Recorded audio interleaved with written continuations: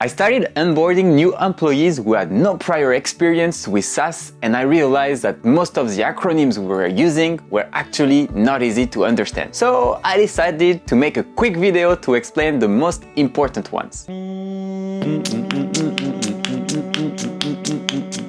SaaS metrics. First of all, SaaS, software as a service. Essentially, it represents any app with a subscription-based business model. You can think about Dropbox, Slack, Typeform, etc. Second one is MRR, which stands for monthly recurring revenue. Essentially, it's the amount of money you've made at the end of the month. Since SaaS are subscription-based model, the chances are that your MRR will always go up. Then comes ARR, which stands for annual recurring revenue. Essentially, what most people do to get the ARR is multiply the MRR by 12. It's not 100% accurate, but that's an industry standard. LTV, which stands for lifetime value. It's the total revenue a business can reasonably expect from a single customer account. This metric is based on the customer revenue value and the company's predicted customer lifespan. You can use it to identify the customer segment that are the most valuable to your company. ARPU, average revenue per user. Pretty self-explanatory, that's the average amount of money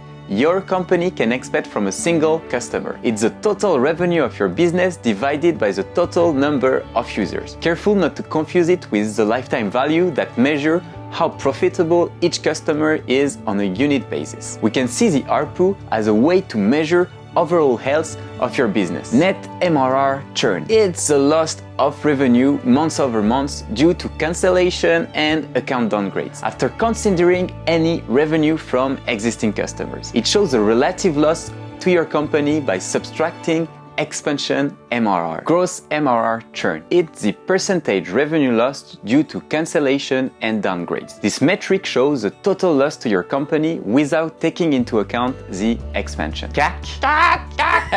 Customer acquisition cost. It's the total sales and your marketing cost your company requires to earn a new customer over a specific period. You can use this metric to determine your profitability by comparing the money you spend on attracting potential customers with the number of customers you actually gain. The goal is to reduce your CAC value by spending more efficiently in order to increase your total profit. LTV to CAC ratio. This one shows a brief snapshot of how much your customers are worth compared to how much you're spending to attain them. Ideally, it should take 1 year to cover the cost of customer acquisition. 3:1 is an ideal ratio. 1:1 means you're spending as much money on attaining customers as they're spending on your product, aka you're not profitable. And 5:1 means that you're not spending enough on sales and marketing and you could be missing out on a lot of opportunities to attract new leads. Finally, this one is a bit more technical. API, Application Program Interface. The principle of an API is to let one piece of software talk to another piece of software. For example, let's say you use kayak.com to book a flight. Well, kayak.com using some APIs to communicate with